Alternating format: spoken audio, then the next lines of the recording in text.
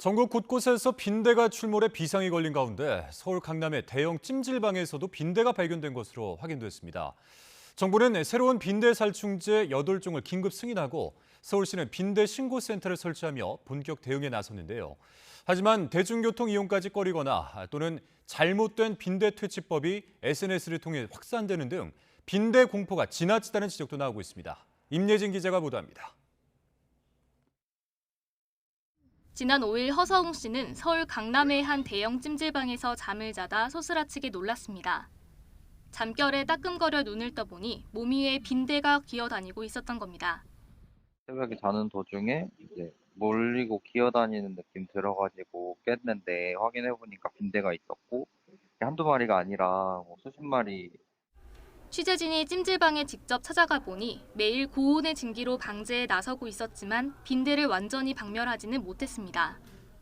저는 80도 방에 넣어두고 쓰고 있고 그리고 스팀도 꼭 매일 하고 서울 강남의 다중이용시설마저 빈대 비상이 걸린 가운데 곳곳에서 빈대를 봤다는 목격담이 이어졌습니다.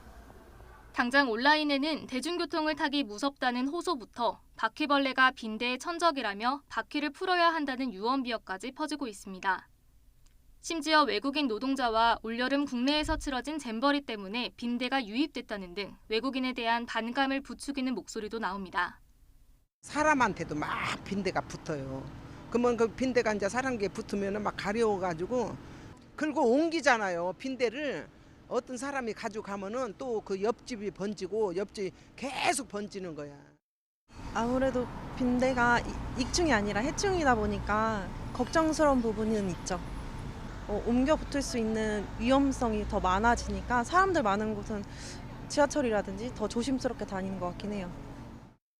전문가들은 철저한 방역이 필수이긴 하지만 무작정 공포심을 느낄 필요는 없고 대중교통에 빈대가 서식할 가능성도 크지 않다고 설명합니다.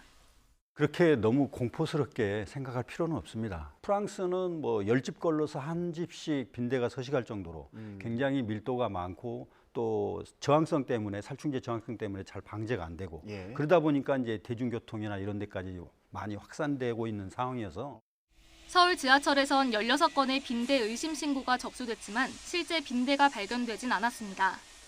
이런 가운데 정부는 대체 살충제 8개 제품을 긴급 사용 승인했습니다. 기존 살충제에 빈대가 저항성을 가진 점을 고려한 조치인데 전문 방역용이라 가정에서 함부로 사용할 수는 없습니다. 커지는 시민 불안에 서울시도 전국 최초로 빈대 신고센터를 운영하기로 했습니다.